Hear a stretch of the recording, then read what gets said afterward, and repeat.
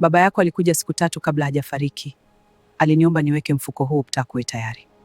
Sehemu ya 10. Jioni ile katika shule ya Bagamoyo ilikuwa kimya kuliko siku nyingine.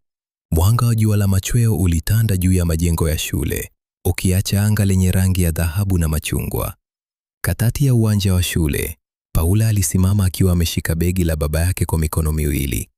Begi lile lilionekana la kawaida, lakini kila mtu aliyekuwa pale alijua kwamba ndani yake kulikuwa na siri nzito. Mbele yake walikuwa wamesimama CEO Twaribu, Gilbert, Mzee Komba na mama mkuu. Hakuna aliyesema neno. Wote walimtazama Paula kana kwamba wanasubiri uamuzi wake.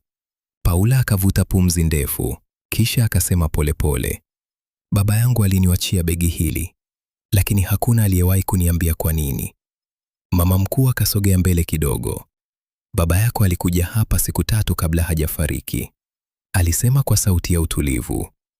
Aliniomba nilihifadhi begi hili mpaka siku ambayo ungekuwa tayari kujua ukweli. Maneno hayo yakamfanya Paula ashike begi hilo kwa nguvu zaidi. Akageuka kumtazama CEO Twaribu. Wewe ulimjua baba yangu vizuri, sivyo? CEO Twaribu akatikisa kichwa polepole. Ndiyo, nilimjua. Na ndiyo maana niko hapa leo. Paula akakunja nyusi. Kwa hiyo unajua kilicho ndani ya begi hili? Twaribu hakujibu moja kwa moja, lakini kabla hajaongea, Mzee Komba akasema kwa sauti nzito, Paula, kuna kitu lazima ujue kwanza. Paula akamgeukia. Mzee Komba akavuta pumzi ndefu. Baba yako hakufa kwenye ajali tu. Maneno hayo yakamfanya Paula ashtuke. Unamaanisha nini? Mzee Komba akasema polepole, ajali ile haikuwa ajali ya kawaida. Kimya kizito kikatawala eneo lile. Paula akashika zipu ya begi taratibu. Safari hii hakusita. Polepole akaanza kulifungua. Watu wote wakatazama kwa makini. Ndani ya begi kulikuwa na faili kadhaa, bahasha na flashi ndogo ya USB. Paula akatoa faili la juu. Lilikuwa na maandishi makubwa juu yake. Uchunguzi wa rushwa. Kampuni ya Twaribu Holdings. Macho ya Paula yakahamia kwa CEO Twaribu. Uso wa Twaribu ulibaki mtulivu, lakini sasa kila mtu alijua ukweli ulikuwa umeanza kujitokeza. Paula akafungua faili hilo. Ndani yake kulikuwa na nakala za nyaraka, mikataba ya siri na picha kadhaa. Picha hizo zilionyesha mikutano ya siri kati ya baadhi ya viongozi wa kampuni na watu wa serikali. Paula akahisi moyo wake ukidunda haraka. Baba yangu alikuwa anachunguza hili? Mzee Komba akatikisa kichwa. Ndiyo. Alikuwa mwandishi wa habari jasiri. Alikuwa karibu kufichua kila kitu. Paula akageuka kumtazama CEO Twaribu. Kwa hiyo baba yangu aliuawa kwa sababu ya hii? CEO Twaribu akatoa pumzi polepole. Si kila mtu katika kampuni yangu alikuwa mwaminifu, alisema kwa utulivu. Baba yako aligundua mtandao mkubwa wa rushwa uliokuwa unafanyika bila mimi kujua. Paula akashangaa. Kwa hiyo hukuhusika? Twaribu akatikisa kichwa. Kinyume chake.